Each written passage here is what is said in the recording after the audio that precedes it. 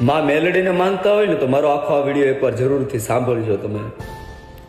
મને ખબર છે તમે જેના ઉપર ભરોસો કરો છો ને એ જ તમારો ભરોસો તોડીને જાય છે.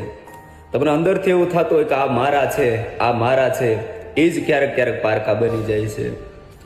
જેટલું સારું કરવા જાઓ એટલું જ તમારું ખરાબ થાય છે.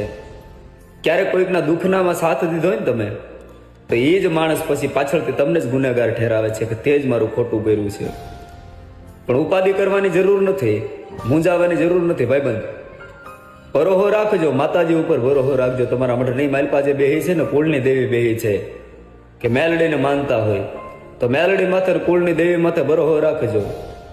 એવો સમય આવશે, એવો દિવસ લાવશે કે જેટલા પણ પારકા થયા છે ને, જેણે જેણે પણ તમારી પીઠ પાછળ ઘા કર્યા છે ને, જેને તમે હૃદયની માલપા પોતાનો રામ કરીને રાખ્યા હતા ને, એ જ તમારી સામું જે રાવણ બન્યા છે ને, એકવાર ન્યાય મારી દેવી જરૂરથી લાવશે, મારી માતાજી એકવાર ન્યાય જરૂરથી લાવશે.